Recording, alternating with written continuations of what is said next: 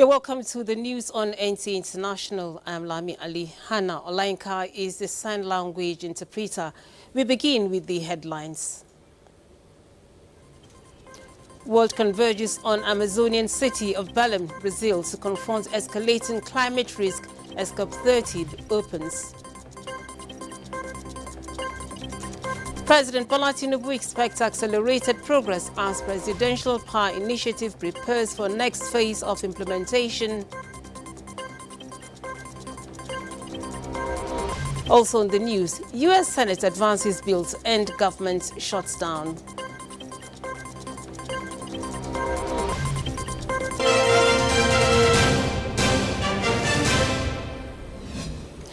And we begin with energy matters. President Bola Tinubu is expecting an accelerated progress as Presidential Power Initiative, otherwise known as the Siemens Project, prepares for the next phase of implementation. President Tinubu, who met with a delegation of the Siemens Energy at the State House, promises additional funding to fast-track the project actualization. State House correspondent Musbah Danwahab reports.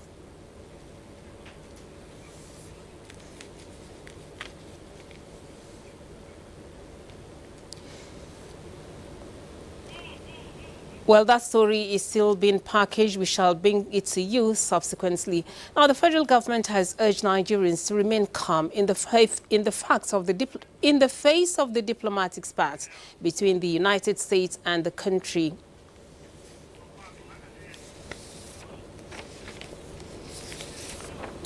The Minister of Information and National Orientation, Mohammed Idris, expressed this in Dutse, Jigawa State, while on a courtesy visit to the governor of the state, Umar Namadi. The minister is in Jigawa State to attend the Northwest 2025 Youth Rally and the presentation of the achievements of President Tinubu after 2 years in office.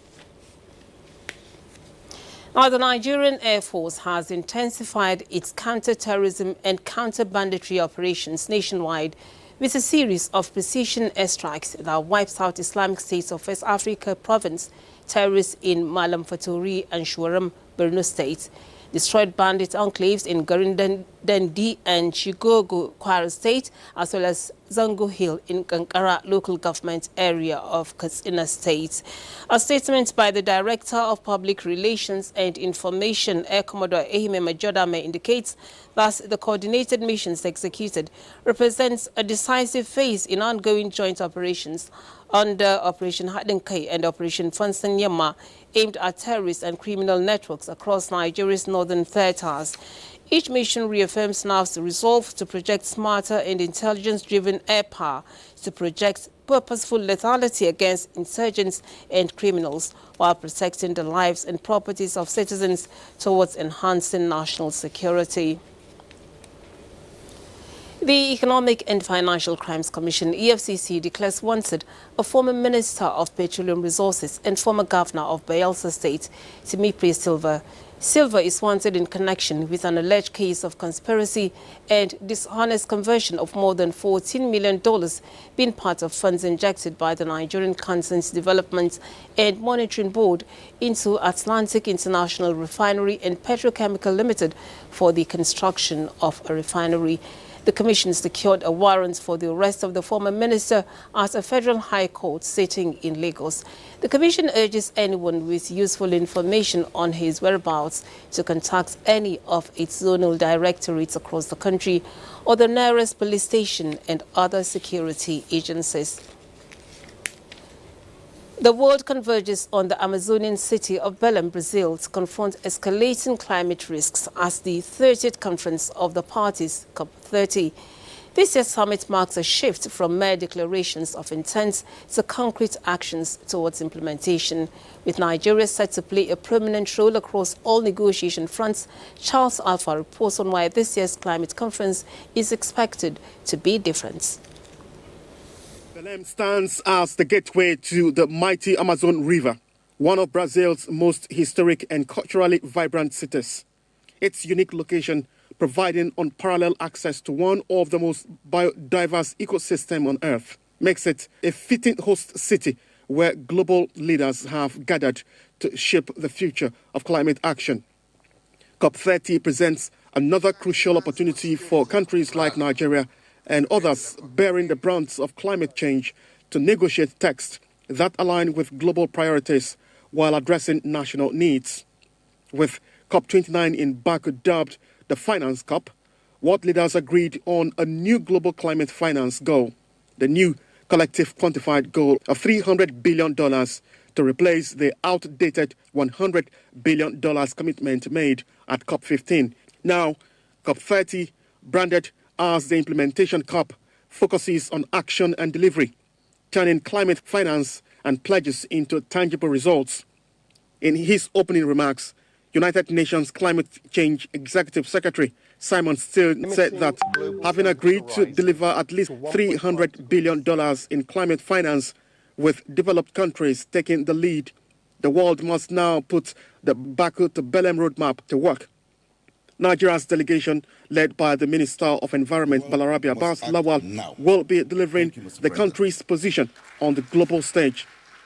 Also, in attendance is the Director General of the National Council on Climate Change, Tenyoye Majekodumi, leading the team of negotiators to consolidate on the successes from COP29 in Azerbaijan.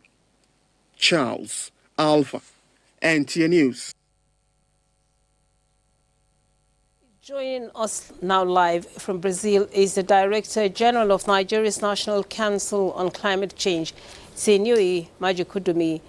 Thank you for joining us on the news.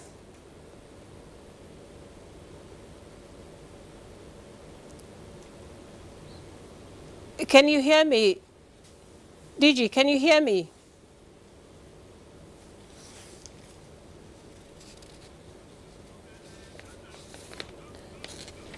All right, we're taking other stories as we again try to reconnect with the DG of the National Council on Climate Change. Egyptians head to polls to elect a new parliament, which some critics say will further cement President Abdel Fattah al-Sisi's grip on power. Comfort Fashion completes the report.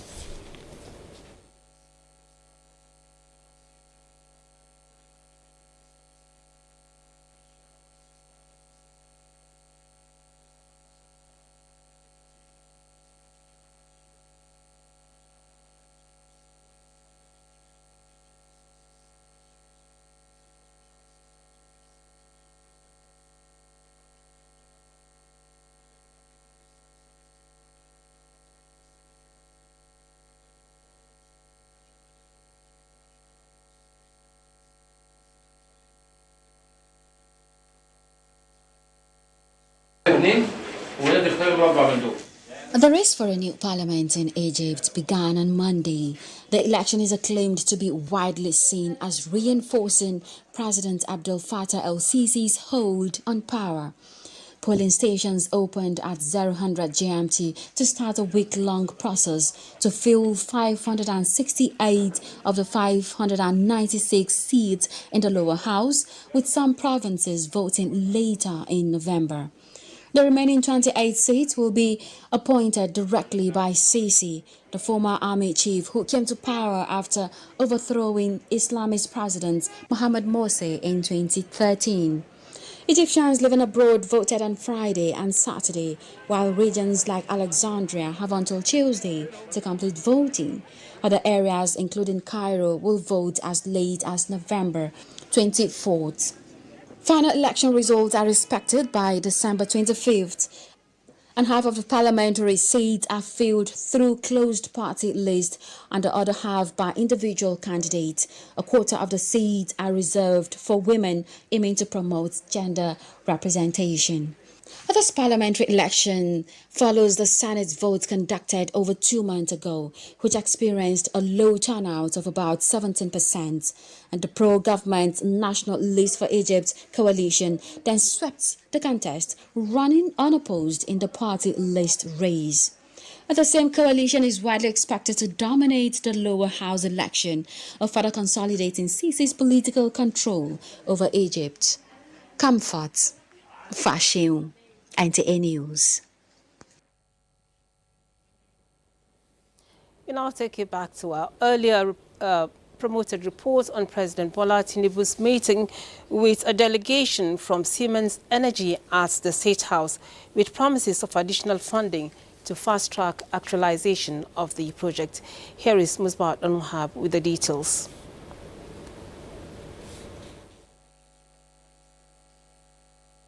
The Presidential Power Initiative was born out of a strategic partnership between Nigeria and Germany in 2018. It is aimed at sustainability and stability in the Nigerian power sector. Since President Tinubu injected more energy into the initiative with the signing of accelerated agreements in December 2023, the minister in charge is here reporting progress.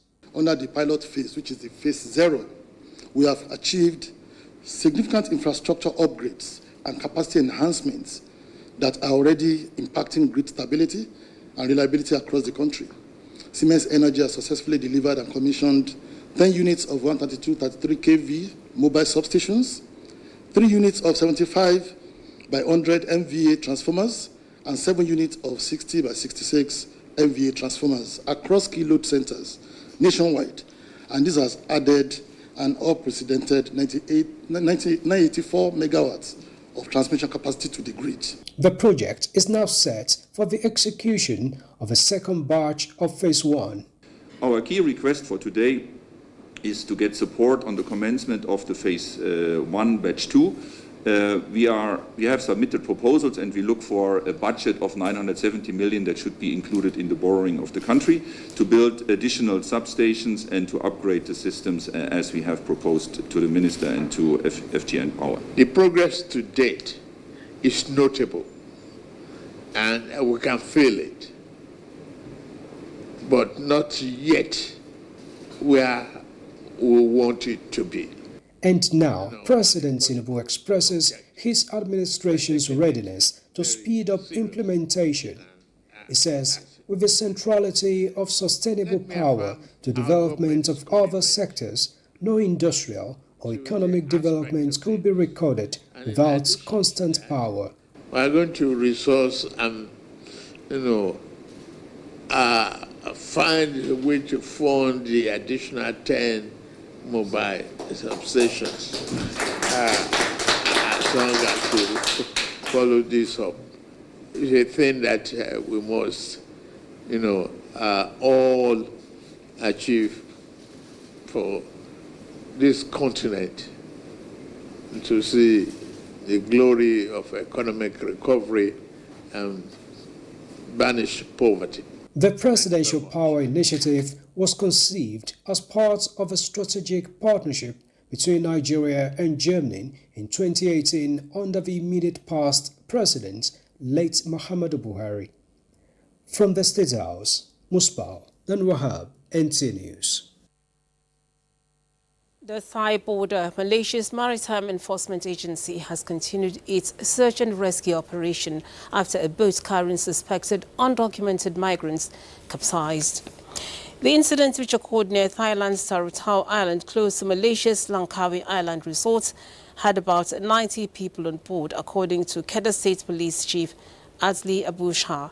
The boat was believed to be part of a group of at least 300 undocumented migrants who had departed from Myanmar, with the group splitting among several vessels. Romli Mustafa, director of the Malaysian Maritime Enforcement Agency, said 3 survivors and 6 bodies were found on Sunday in waters around Langkawi, bringing the dead toll to 7. The boat is estimated to have capsized about 3 days ago. Meanwhile, 2 other vessels carrying migrants from the group of 300 are reported missing, raising concerns about further casualties and the urgency of ongoing search efforts. Malaysia hosts millions of migrants from poorer Asian countries. Many undocumented persons are working in sectors like construction and agriculture. You're watching news at 7 on NTA International from our studios in Abuja. We take a break. More reports when we return. Do stay. Amidst escalating pressure, the Republicans opted to consider a measure to break the federal government shutdown. This marks the initial phase of a potential bipartisan deal, which came as the effects of the shutdown became acutely apparent. Authorities, however, cautioned that U.S. air travel was at risk of severe disruption, with more flight cancellations and delays expected over the weekend. Here is Comfort Fashion with details of the reports. On this vote, the yeas are 60 and the nays are 40. 3/5 of the Senate duly chosen and sworn, having voted in the affirmative. The motion upon reconsideration is agreed to.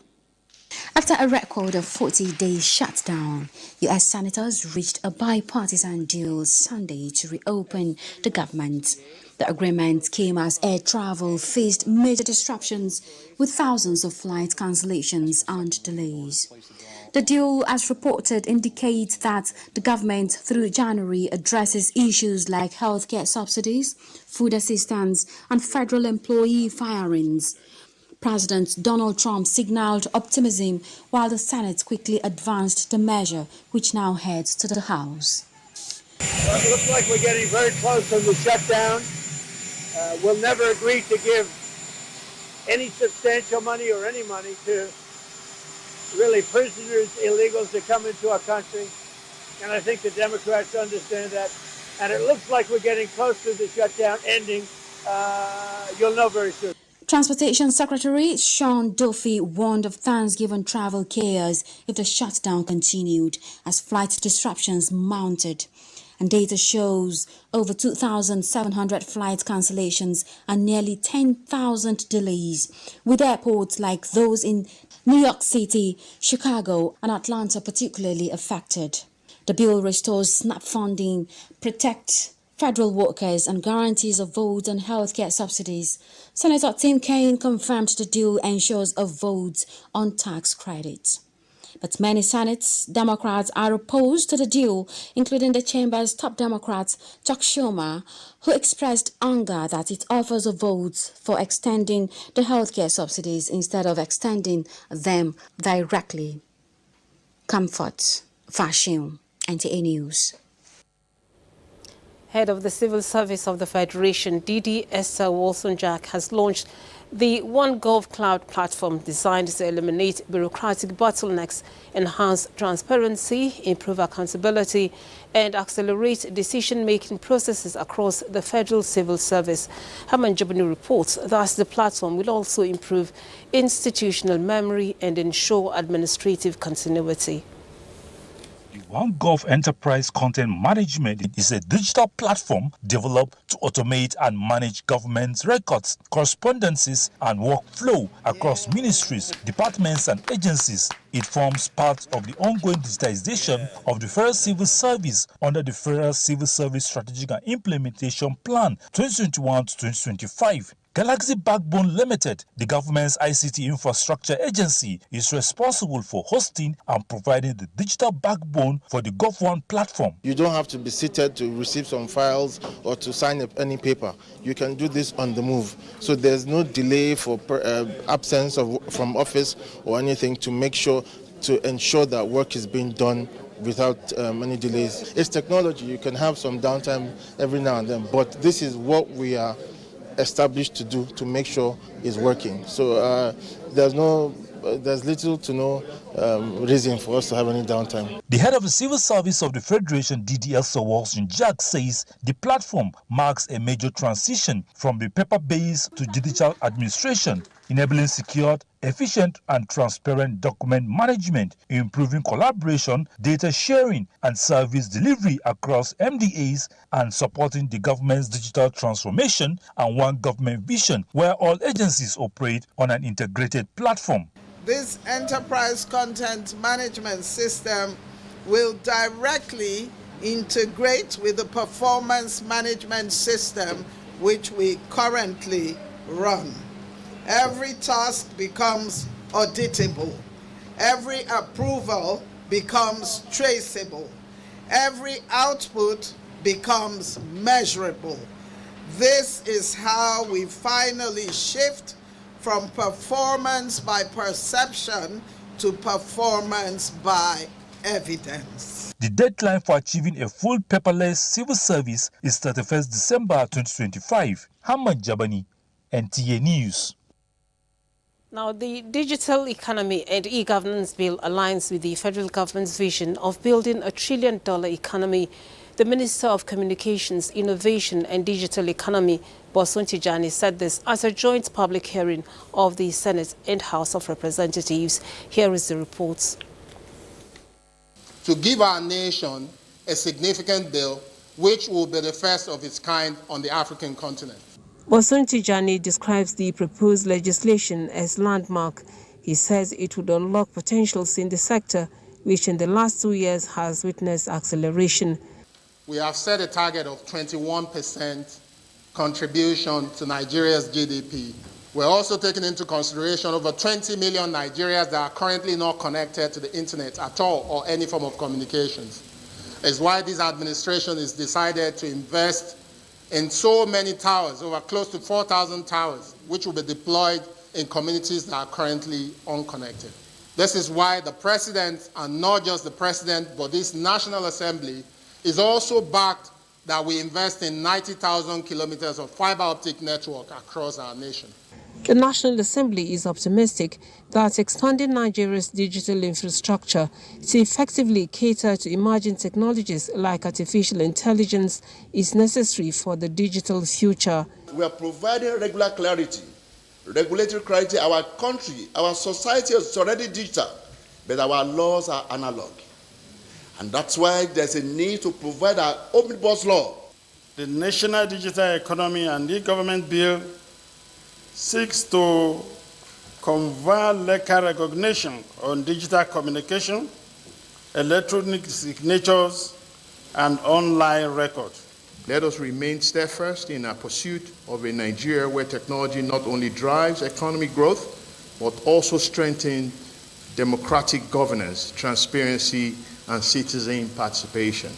The bill is also proposing the establishment of a national data exchange system to facilitate sharing of data between the public and private sector. From the National Assembly, Nigeria is charting a bold path towards 2050, aiming for a future where science drives innovation, creates jobs and transforms communities. As the nation marks World Science Day for Peace and Development, Minister of Innovation, Science and Technology, Kingsley Tochukwu has urged Nigerians to trust science and commit to using innovation as a catalyst for national transformation. Justin Bemwini reports. As Nigeria marks the 2025 World Science Day for Peace and Development, the nation reflects on the vital role of science in driving progress, peace and sustainable development. This year's theme, Trust, Transformation and Tomorrow, the science we need for 2050, calls for renewed confidence in scientific innovation and a shared commitment to building a brighter, more inclusive future.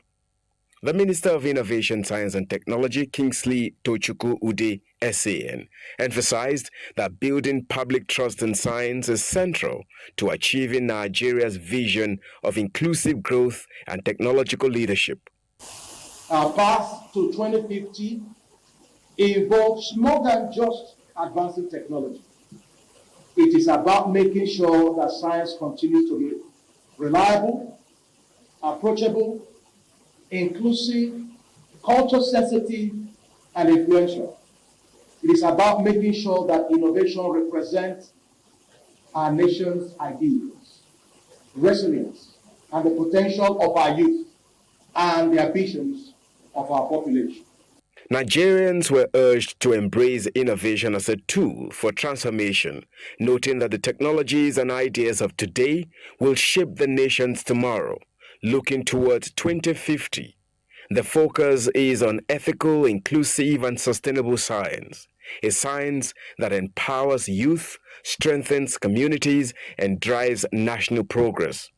The event also highlighted the promise of Nigeria's youth, as two primary school pupils, Joy Ezekiel and Olga John Mario, were recognized and awarded for their achievements in STEM. Clear signs that the country's scientific future is bright. World Science Day reminds all Nigerians that science is not just a field of research, but a force that can unite society, inspire innovation, and build the resilient, prosperous future the nation aspires to achieve. Justin Bemunyi, NTA News. The Food and Agriculture Organization of the United Nations applauds federal government's commitments to increasing Nigeria's fish production and advancing sustainable development within the nation's blue economy. The commendation is coming from the FAO representative in Nigeria and to the economic community of West African states, Dr. Hussein Gadain, during a visit to the Minister of Marine and Blue Economy, Adegboyega Oyetola, in Abuja. Dr. Gadain praises the ministry for developing the national policy on marine and blue economy, describing it as a critical roadmap for the sustainable harnessing of Nigeria's marine resources, noting that the UN agency was glad to have contributed to the fisheries and aquaculture chapter of the policy. The minister, in a statement by his special advisor, Bolaji Akinola, expresses appreciation for FAO's long-standing partnership and reiterates the ministry's determination to expand domestic fish production, reduce dependence on importation, and stimulate economic growth. Tuesday's weather forecast is next.